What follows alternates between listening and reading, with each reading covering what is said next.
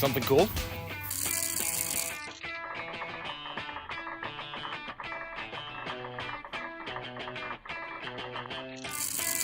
The soybeans are coming out of the planter like this. Now it doesn't matter if it's a John Deere tractor, Case tractor, New Holland, I don't care what it is. If you're pulling a planter on the 3-point, you're going to want to pay attention to this. So take a look at the gap that we have in the sway blocks here.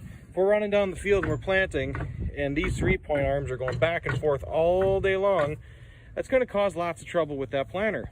That 3-point can wander like this. Well, now we don't have straight rows, and if we're using a technology like implement guidance, now the tractor's trying to compensate for that wiggle, and now it's going all over the place, making for not a fun situation. Now it's real easy to adjust these. There's a bolt on the back side, right? Meow.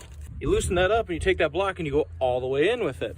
Once these things get some wear on it, as you can see this one's got, you can run that block all the way in. It's still not going to make contact here. So then we have to add shims in there. These are set shims.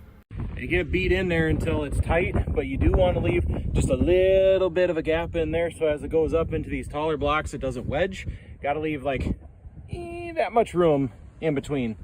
Long story short, make sure your 3-point is tight. If not, get some shims, add them in. It's going to make your planting experience a lot better. I'm out here planting with that thing today.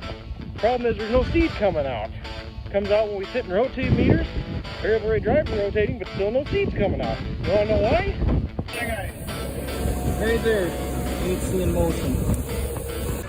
You get into your book with a wrench and go to readings and VRD. If this wheel sensor stays inactive, even when you're moving, then you've got a bad tone wheel or an issue with the tone wheel sensor.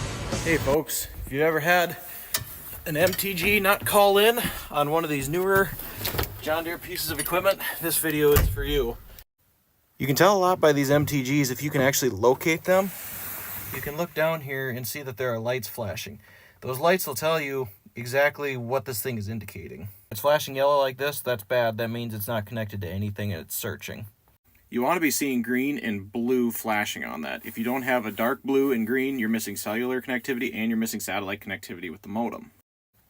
Right now, this particular MTG is showing magenta and white, which means it's connected to a wireless network, but it's not actually calling in cellularly. So we plugged a new antenna in, or a used one that I had, and you can see we're flashing blue, green, and white, which means we are connected now to op center. So it's a bad antenna is the problem with this one. It might not always be the antenna, but hopefully this helps try and diagnose an issue if you can find that MTG yourself. All right, I got a new one for you guys.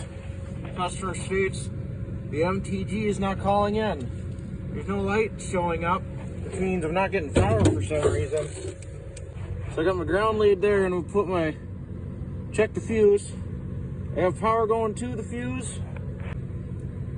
Fuse is good.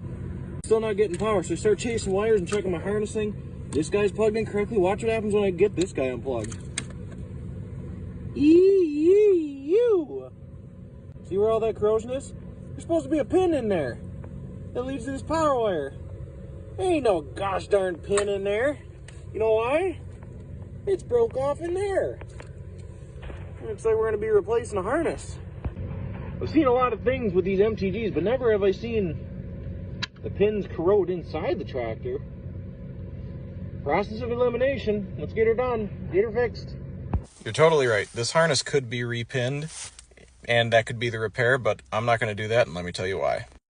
Looking at the plug, one of these is completely broke off. There's another one that's not too far behind it, so there I have to replace at least 2 pins, and I have to spend the time getting all the corrosive material off the rest of the pins. The customer hired us to do the repair, so I could go out there and I could get the pins that I need, drive back out there, clean everything up, repin the wires, put everything back together again, and drive back to the shop. And that's only if everything goes good. If I run into other issues while I have that pin apart, well, now I got a whole totally another ball of wax that now we got to charge even more for. Or, for how cheap this harness is, just replace the harness and then everything is factory. There's no risk of extra corrosion in the other pins that I didn't take apart, and we just know that the thing is going to work properly.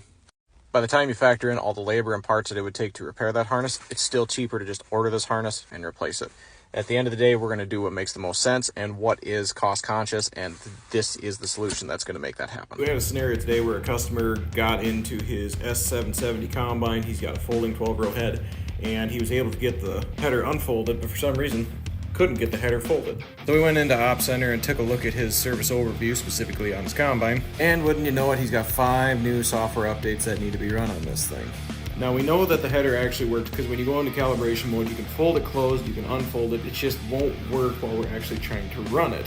Since it seems to be working mechanically, that's what's leading us to software, because it's like communication is buggered up somewhere along the way. Now fortunately, the 5 softwares that he needed had this little guy by it, which means they are remote compatible to push, so we don't actually have to visit out there and do it. Pushing software over the air can take a little bit more time than if a technician is already there and plugging into the machine, less drive time. But in this case, we didn't have a technician to send and we needed to get them up and going again, so we went the remote route. And after we pushed all the software on the machine, the corn header started folding again. No one enjoys software issues. Customers don't enjoy it. Technicians don't like it. No one does. But it is handy to be able to push them remotely through a JD Link modem to get guys up and running. Doesn't work for every scenario, but in this case, it worked really well. Got them up and going. On to the next one.